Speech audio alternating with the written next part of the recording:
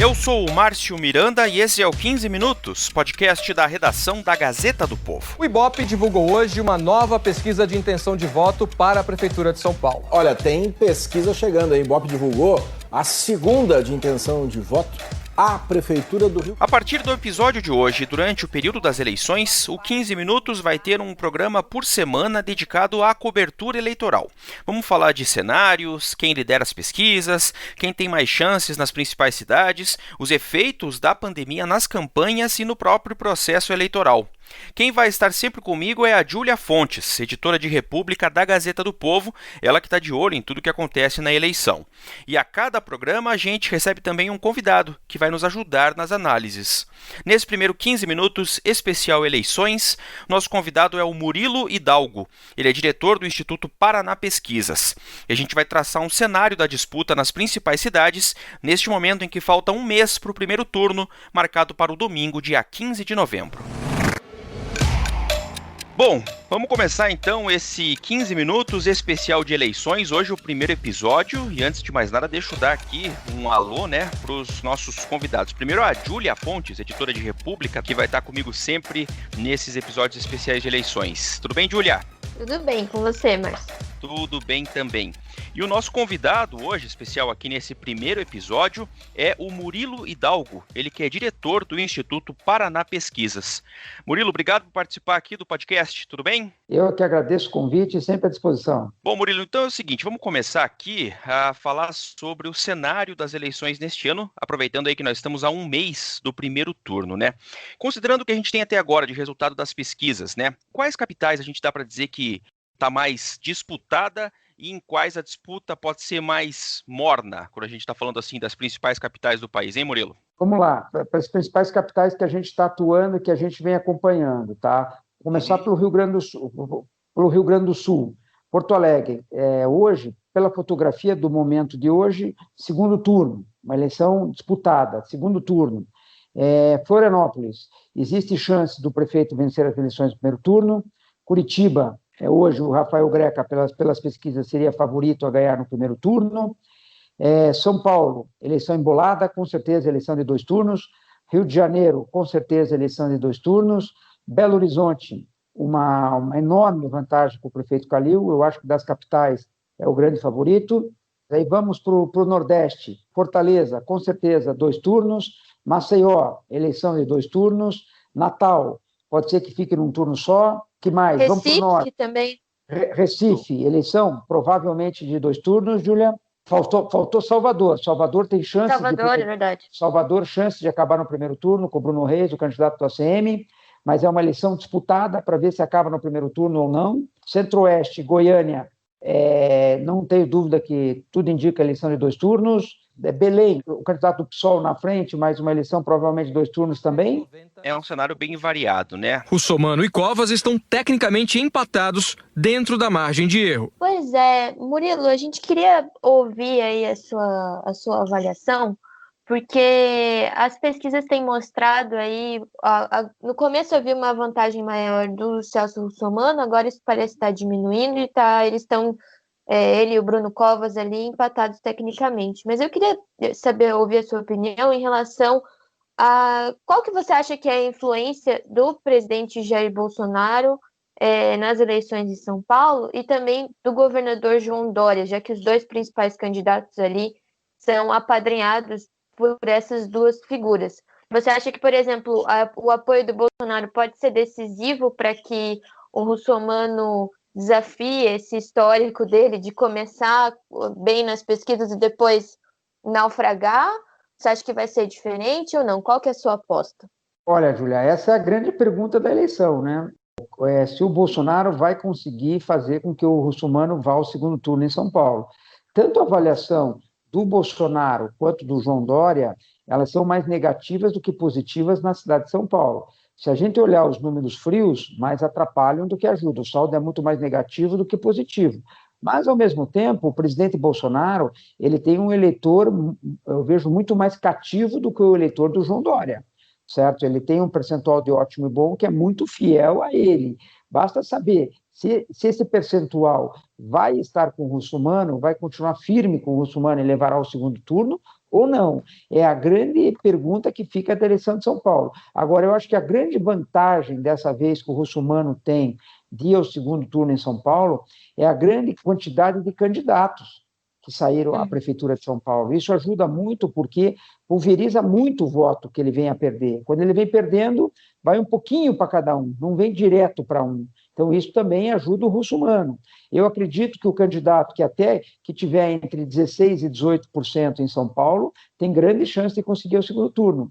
Por isso que, até o momento, a vantagem do Russomano e do Bruno Covas para o segundo turno é muito grande, ainda, né? O grande problema do Russomano é ter estrutura de campanha, o tempo de televisão dele é bem menor que o do Bruno Covas, né? E não escorregar nas entrevistas, né? Eu acho que esse é o grande pecado do Russomano, tanto nas eleições passadas como nessa, já começou em alguns momentos a polemizar em algumas entrevistas. Por exemplo, ele já falou, né, que aquela declaração sobre os moradores de rua, né, que eles teriam menos tendência de pegar a Covid-19 porque eles não tomam banho. Tem um outro fator, né, Murilo? A campanha na TV começou no dia 9, né? Então, a gente ainda está no começo aí, né? Faz uma semana. E, por exemplo, o João Dória ainda não apareceu na propaganda do Bruno Covas. Então, isso também pode mudar a propaganda na TV. Você acha que pode ajudar a mudar o cenário? Porque também tem os candidatos da esquerda ali, né? O Boulos, que na última pesquisa do Ibope está com 10%, e o Márcio França com 7%. O Gilmar Tato também cresceu um pouco, foi para 4%. Então, eventualmente, você acha que a propaganda pode ajudar a talvez alavancar esses outros candidatos que estão mais atrás? Com certeza, Júlia. Eu acho que a eleição, para os candidatos e para quem trabalha com a eleição, ela começou. Para o eleitor, a eleição ainda está muito distante. A gente considera a eleição como se fosse uma maratona de 42 quilômetros. Eu diria que os candidatos não correram nem 3, 4 quilômetros ainda, certo? Está no começo. Não significa que esses que arrancaram na frente vão ter fôlego para chegar lá na frente e vencer. Eu acredito que o eleitor vai começar a pensar muito, mas muito em eleição, onde as mudanças começarão a ficar mais evidentes nas pesquisas pós-feriado dos finados, né? No dia 2 de novembro, né? De qualquer maneira, o Murilo, essa campanha esse ano diferente, né? Ela pode trazer uma certa vantagem, vamos dizer assim, para os candidatos mais conhecidos e também candidatos à reeleição, Murilo? Olha, com certeza. Os candidatos que arrancaram na frente, eles têm uma vantagem, porque está mais difícil de fazer campanha, né? A gente não vê campanha na rua, a gente não vê carro de som, a gente não vê corpo a corpo, a gente não vê as bandeiras, a gente não vê no sinaleiro as pessoas integrando materiais. Então, quer dizer, tudo mudou. Nós temos uma eleição diferente. E tem um dado muito preocupante que a gente tem dito, que é a pandemia, né? A pandemia está aí. Se a gente vê os países europeus, eles começaram a fechar de novo, né? Quer dizer, a coisa começou, me parece, que a piorar um pouco também, certo? Se isso vier para cá, a gente torce para que não, que as estatísticas estão diminuindo, a gente torce para que não, mas caso volte a aumentar, eu acho que vai deixar a eleição mais imprevisível ainda, certo? Porque o eleitor comparecerá para votar? O eleitor não comparecerá para votar? A gente cita, assim, exemplos muito claros. Por exemplo, vamos pegar a cidade de Curitiba, um exemplo, a cidade de São Paulo. Vamos supor que no dia da eleição chova e chova muito. Uhum. As pessoas vão votar? As pessoas vão ficar em salas fechadas? Onde não tem cobertura nos colégios? Como que as pessoas farão? Ou vai ter uma abstenção recorde gigante? Então, esse é apenas um detalhe da eleição que eu estou citando aqui. Então, quer dizer, eu acho que a eleição com a pandemia, eu acho que, assim, pós-feriado, a gente vai ter uma noção muito melhor de como estará o país, certo? Como estará a pandemia, e principalmente nas cidades, eu acho que o tempo, o clima, em eleições disputadas, pode fazer muita diferença também. Porque tem vários fatores, né? E esse ano, com a questão da Covid, vai ficar mais fácil de justificar o voto, né? Também tem isso. Então, pode ser que as pessoas se sintam ainda mais propensas a não votar, né? Uma outra pergunta em relação a isso, Murilo, se você tem percebido aí nas pesquisas que o Paraná Pesquisa tem feito, porque assim, né, explicando aí para o ouvinte, tem aquelas duas sessões, né? A espontânea, em que vocês não mostram, né, os nomes dos candidatos para os eleitores, e a estimulada em que tem a lista de candidatos, né? Na espontânea, você tem percebido que as pessoas, em relação a outros anos, né, outras eleições, que as pessoas estão mais, talvez, ou desinteressadas, ou conhecendo menos os candidatos, citando menos candidatos, porque às vezes, é como você falou, né, às vezes dá a impressão, por conta desse apagamento, assim, das eleições, é quase como se a gente não tivesse, né, em período eleitoral. Você tem sentido isso nas pesquisas? Sim, o eleitor está mais distante. As eleições não entraram na agenda ainda das pessoas de uma maneira geral, certo? Está distante, e principalmente, Júlia, porque não tem campanha. Porque antigamente, nesse exato momento, você já via carros de som na rua, bandeiras, gente distribuindo panfleto nos sinaleiros, nas esquinas, né? Coisa que você não vê. Então, isso deixa a eleição mais distante, a eleição mais fria, né? As pessoas têm mais dificuldade de receber material, de levar para casa, de distribuir, aquelas equipes que os candidatos contratavam, aquelas formiguinhas que a gente chamava, que iam para os bairros distribuir material, tudo aquilo dava vida para as eleições. Então, hoje, a eleição parece que ela tá morna ainda, né? Vamos ver como vai se dar isso para frente. E até o próprio horário de TV, né, que foi sendo reduzido. Agora, por exemplo, não tem mais aquela parte dos vereadores que ficavam falando um atrás do outro, né, no horário do almoço, o tempo em dias também diminuiu. Isso tudo dificulta, né, para as pessoas conhecerem os candidatos. Diminui para que as pessoas comentem a eleição, né? Porque as pessoas, toda vez que você vê um conhecido, você comenta, você lembra que vai ter, né? Então, tudo isso vai fazendo com que a eleição fique mais fria, né? Mas não tenho dúvida que depois do feriado, com certeza vai pegar fogo no país inteiro. Aí o clima vai ser de eleição. Nós teremos aí 12 dias de muita intensidade. Quer dizer que você espera que a partir do dia 2 de novembro ali que vai ser o sprint final, então, dos candidatos, Murilo? O sprint final, com certeza. Das bondades e das maldades dos candidatos, né? Eu queria voltar um pouco à questão aí de, vamos dizer assim, potenciais eleitores, figuras políticas importantes, Murilo, e que tipo de influência eles podem ter ou não, né, na disputa nesse ano. Você imagina que em algumas outras cidades, a gente falou muito de São Paulo, a influência, por exemplo, do presidente Jair Bolsonaro, ou do ex-presidente Lula, ou de governadores, pode ser decisiva na disputa, Murilo? Não, eu acho que cada vez menos esses apoios estão influenciando menos o eleitor, nesse primeiro momento, que diria isso. E segundo, que essas personalidades também não se expondo mais. Quando você vê os governadores, de uma maneira geral, tanto o presidente da República, os apoios são tímidos. Eles não estão vindo nas cidades apoiar, fazer movimento, como era antes, nem podem por causa da pandemia. Então, isso também faz com que diminua o apoio, né?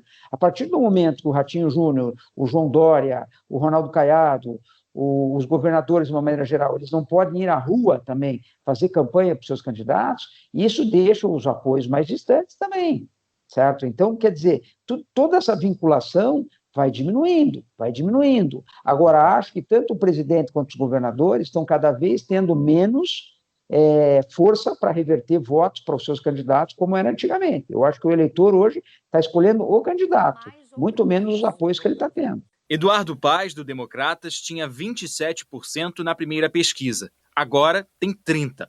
Com a margem de erro, vai de 27% a 33%. Marcelo Crivella, do Republicanos, tinha 12%. Continua com 12%. Pela margem, varia de 9% a 15%. Queria também, Murilo, rapidamente, já que a gente falou bastante de São Paulo, né, falar um pouco do Rio de Janeiro, onde você tem ali uma eleição com o Eduardo Paes à frente, até agora nas pesquisas, né? O atual prefeito Marcelo Crivella na segunda colocação. Mas queria saber se você acha que há o espaço ali para uma surpresa nessa eleição lá da capital fluminense, hein, Murilo? Acho, pelas nossas visões aqui, o Paes é favorito para ganhar em cima do Crivella, como mostrou a pesquisa do Ibope divulgada ontem. No segundo turno, ele bem na frente. Então, o que acontece? Na fotografia de hoje, isso não significa que o Crivella não possa crescer e reverter. Claro. Agora, com certeza, eu acho que no Rio de Janeiro há espaço para novidade, apesar de estar mais difícil pela experiência do Witzel, né? O povo experimentou o novo lá e não foi muito bem, certo? Mas eu ainda acho que se uma terceira via conseguir passar o Crivella, ele passa a ser favorito a ganhar as eleições no Rio de Janeiro.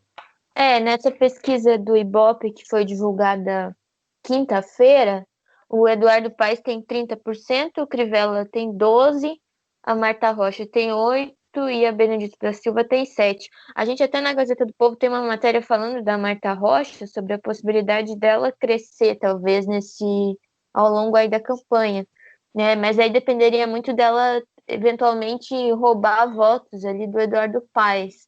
Então tem que ver como é que vai ser essa evolução aí ao longo do período, né? Exatamente. E outra coisa assim que contribuiu muito nessa eleição para deixar a eleição mais fria, né?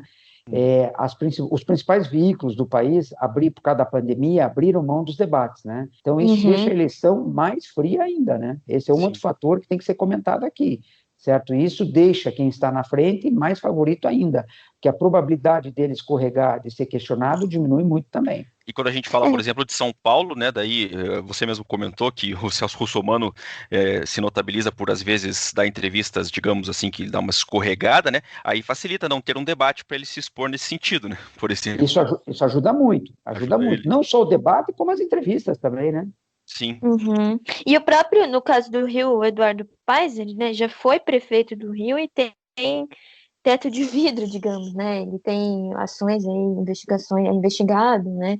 Então, talvez no debate, por exemplo, no debate que houve já no Rio, a Marta Rocha usou justamente essa estratégia, né? Ela atacou bastante o Eduardo Paes, aparentemente consciente de que ela precisa reverter votos dele para conseguir chegar no possível segundo turno. Exatamente, Júlia, mas o fato de não ter mais debates, isso ajuda demais o Eduardo Paes, né?